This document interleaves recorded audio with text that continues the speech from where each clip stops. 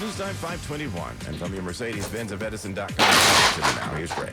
Progress in Brooklyn, eastbound side of the BQE approaching Flushing Avenue. Two left lanes are finally getting by, but they still have the right lane out on the eastbound BQE at the Brooklyn Bridge because of the van fire. Westbound BQE, worst of that is across the Kosciuszko Bridge, and then again coming down towards Atlantic Avenue. Here's what you need to know about the bridges and tunnels. Still over an hour on the upper level of the George, 45 minutes on the inbound lower west side. Easiest way to skip westbound Deegan, easiest out of the Bronx. Lincoln 30 in, 20 out from 11th, even better from 9th. Holland 15 minutes home on the Jersey side, the Newark Bay. That's going to be the better side. Thunderstorms not overhead, but in the vicinity. Newark, LaGuardia, Kennedy, all with ground stops at this hour. The thunderstorms, as AccuWeather has been telling us, aren't close to the Hudson yet. They're over in Jersey, which is why 287 is a mess through Morristown, and 80 west of 280 all the way on out towards Sparta is just an absolute mess with the thunderstorms pounding that area. The ride in Queens, Cross Island extra slow south to Hillside Avenue. The longer you can gut it out on the southbound Clearview Expressway, better off you're going to be.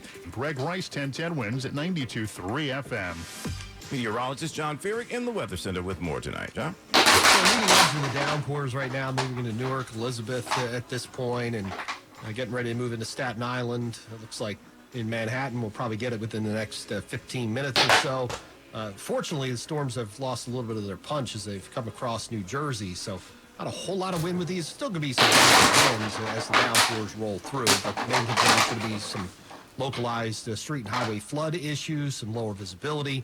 Storms will move away later on this evening and then kind of rinse and repeat. Another warm, humid day for tomorrow with a couple of pop-up storms late in the day into tomorrow evening. Larry. Rinse and repeat. Right, John. Thank you. Well, it was supposed to be a birthday celebration down on the New York Harbor in the shadows of the Statue of Liberty, but that all changed over the weekend. The loss of the grandmother and her baby after the boat they were on capsized. Now, back in their neighborhood, folks are trying to raise money to support that family. Their GoFundMe has already raised more than $29,000. Friends and colleagues are rallying around Andreas Garcia after losing his wife, Sarah Sanchez, and 5-month-old baby girl, Antonella, after a tragedy in the New York Harbor. He was an amazing provider. He's an amazing provider. Antonio Russo says his colleague Andreas is going through an unimaginable amount of pain. He mentioned how lucky he is to have a wife so precious. So that's what happened on Friday, and that happened on Saturday. A GoFundMe has started to raise money for funeral costs, the Garcia family, and supporting 6-year-old Salvador, whose birthday is this week. Mary Lynn Buckley, 1010 wins on 92.3 FM. And tonight, 46-year-old Manuel Hernandez, who was at the helm of the boat, is now charged in their deaths. The Fed is pursuing misconduct as well as negligence charges. And a fatal car crash at a construction site in Wisconsin early today. Police finally making an arrest this afternoon.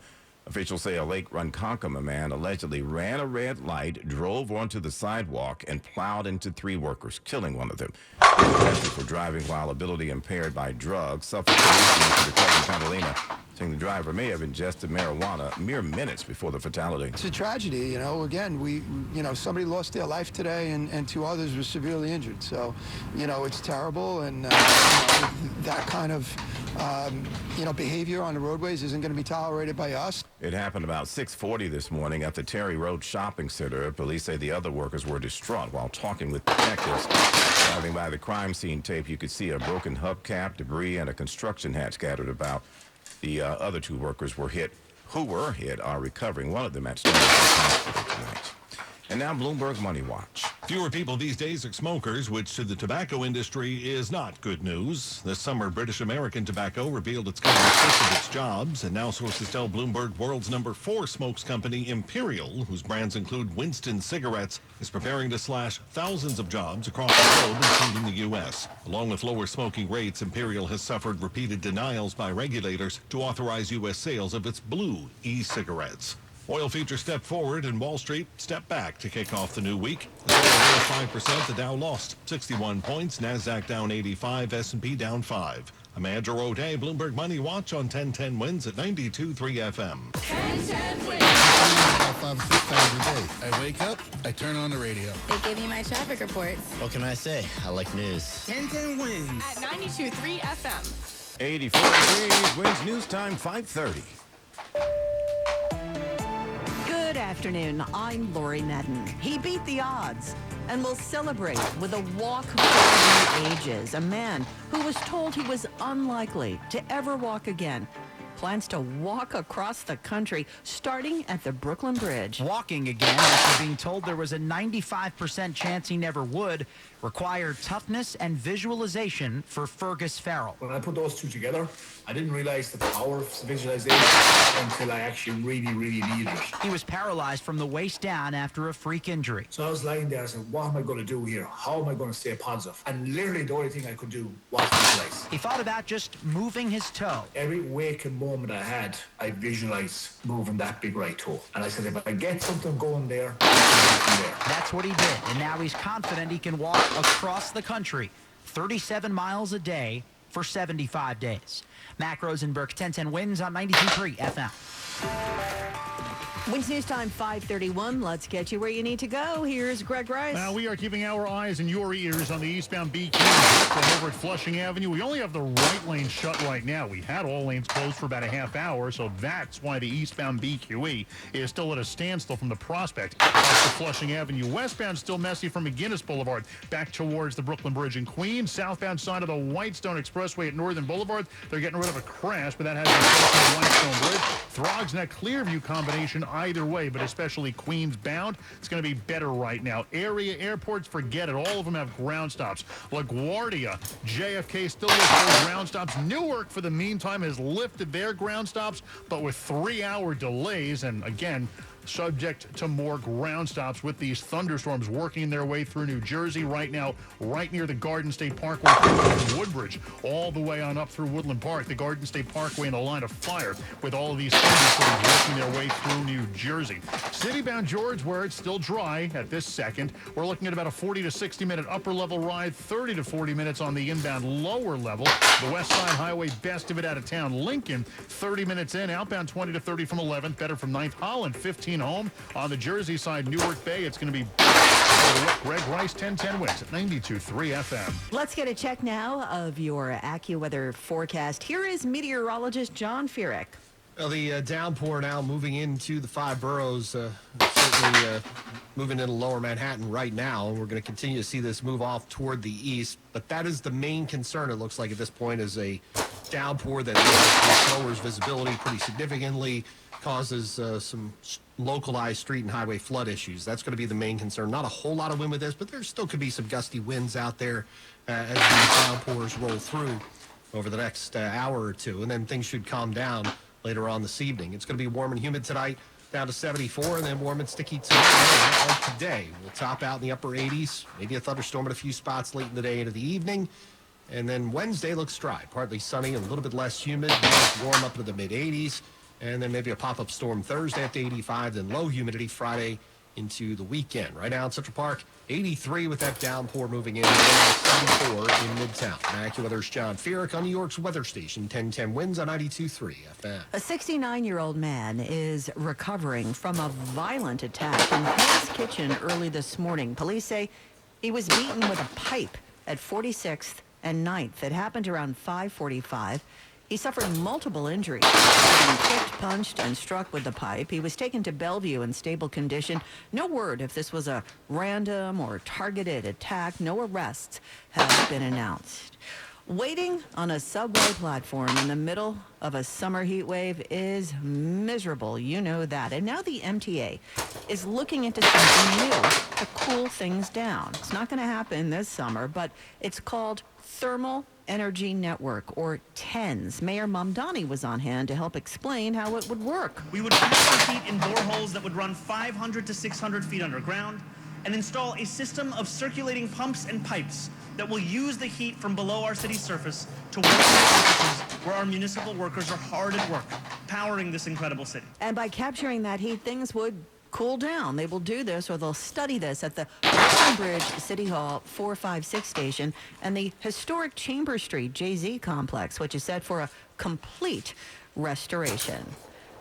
lot of money up for grabs tonight. $905 million in the Powerball jackpot. A lump sum seems to be a popular option with would-be millionaires. Walter, Sean, and Menelik would certainly use that $392 million differently. Travel more, buy a house. Probably not a new car because I just want to be out. Because I won't be in America. I donate a lot of it. I don't need much. Yeah, take care of my family, donate a lot. Oh, they're on the same page about how they take it. Option 1, checks over a 30-year span, or... I'm taking all. Tomorrow's not promised. I'm taking all. I take the lump sum, yeah. You're losing about $600 million in taxes, though, but it could still be enough to quit that job. Of course. I'm a hairstylist, so probably when my customers will trust me. She says she'd leave the country. They will find you. Amanda Alexander, 1010 Wins on 92.3 FM. 83 degrees now, and depending where you are, you may be seeing some rain, especially in lower Manhattan. These storms are starting to come through the city now. This will continue for another hour or so. We are under a severe thunderstorm watch until 9 o'clock tonight. One city, one news station, 1010 Wins. The News Watch never stops. This is 1010 Wins on 92.3 FM. You give us 22 minutes, we'll give you the world. Good afternoon. 83 degrees at 5:40. I'm Lori Metten, and here's what's happening. The storms are starting to arrive. A severe thunderstorm watch and heat advisory are in effect. Any storm this afternoon could bring flooding downpours and gusty winds. We'll get a live update in just a moment from AccuWeather's John Feerick. The operator of the boat that capsized near the Statue of Liberty, killing a Queens woman and her baby daughter, is facing federal charges this afternoon. New Yorkers visiting family in Colombia talked to 1010 Wins about today's powerful and deadly earthquake. We just waiting and waiting, and it's still moving and moving, and it was so scary. At least 111 people are dead. The search continues this afternoon for many believed to be buried under the rubble. A Holbrook man is stabbed to death in Upper Manhattan. Another man wounded. No arrests have been made. A $500 million power cable is no match for the power of Harry Potter fans who had the place moved. We'll tell you why. 1010 Wins AccuWeather says on the other side of these storms, it'll be partly cloudy, warm, and sticky tonight. Lows 74. Partly sunny, warm, and humid tomorrow, with another chance of afternoon thunderstorms. Wins News Time, 5:41. Let's get you where you need to go. Here's Greg Rice. Yeah, I'm watching the jam cams in the city. Rain's here. FDR Drive looks like some raindrops all along the east side now, pretty much all north and southbound throughout the entire island. We are dealing with this rain, and very heavy, especially through lower Manhattan. The ride right now on the western side of Staten Island also being hit by these thunderstorms.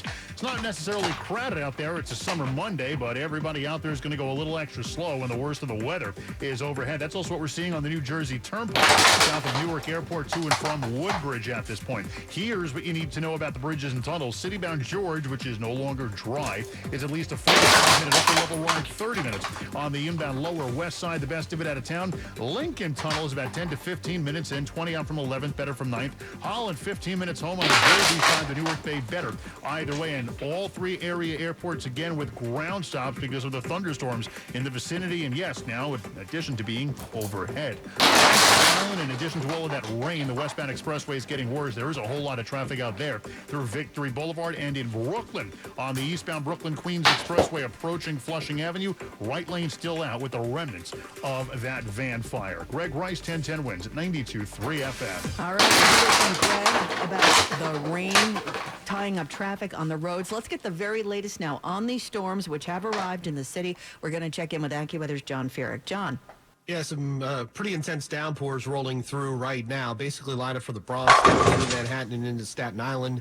Leading edge now moving into Brooklyn. Queens going to get hit hard here within the next 15 to 20 minutes. I guess if there's good news, it's that the storm has lost a little bit of its wind, but still going to have a really intense downpour here with some lower visibility, some vivid lightning as we work through the city here over the next half hour to an hour. Behind this, does look like things will calm down as we head later on this evening.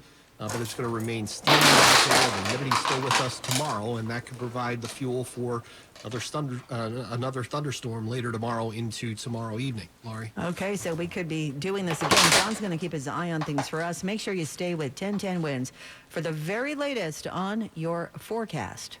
The operator of the boat that capsized in New York Harbor, killing a Queens woman and her baby daughter over the weekend, was charged with federal crimes today. 46-year-old Manuel Hernandez is charged with negligence and misconduct as a ship operator, resulting in death. And prosecutors say there are several examples of that negligence. No certification to operate the boat, and no certificate of inspection, and no infant life vests when a 5-month-old was on board. That baby, Antonella Garcia, and her mother, 27-year-old Sarah Sanchez, could not be rescued. 14 people were on the 22-foot speedboat, which is only designed to hold between 10 and 12 max. Hernandez is out on $50,000 bail and can't get on a boat. Rosenberg, 1010 Winds on 92.3 FM. The death toll from today's earthquake in Colombia has reached at least 111, with many people believed to be trapped under the rubble of collapsed buildings. The 7.4 magnitude quake struck 250 miles west of Bogota.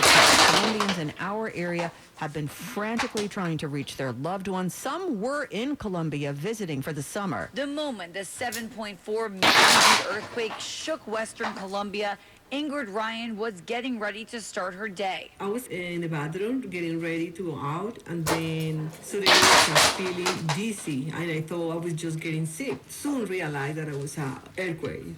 Ingrid Ryan lives here in Queens, but is in Colombia visiting family. We was waiting, and it's still moving, and it was so scary because the movement was a lot. She says while the earthquake has her feelings shaken up, she is grateful that both her and her family are safe. Mary Lynn Buckley, 1010 Winds on 92.3 FM. Police say a Long Island man was stabbed to death in Upper Manhattan overnight. They identified the victim as 23-year-old Stephen Bodner of Holbrook. No arrests have been made in connection with the Inwood incident. At the scene of this stabbing violence here on Nagel Avenue, two 23-year-olds going down. One later died from a stab wound to his stomach. The other is recovering, stabbed in the chest. So John lives in the area. His take on all of this? Well, with the stabbing situation and all of that, what we've noticed in the neighborhood is that a lot of stuff is from outside the neighborhood. People come in from other parties, from other parts of the neighborhood, see somebody that they got issues with in their neighborhood, and just settle it over here. Also, two shootings within a couple blocks of the stabbing scene. A 19-year-old wounded in the leg at Nagel and Dykeman, and around the corner on Sherman Avenue, a 30-year-old man shot in the wrist. Glenn Schuck, 1010 Winds, 92.3 FM. In Inwood. Mayor Mamdani says the city had no choice but to dismiss Haitian workers who have lost their temporary protected status, and that more dismissals could be on the way. We are doing everything that we can to support recipients in a time of incredible instability.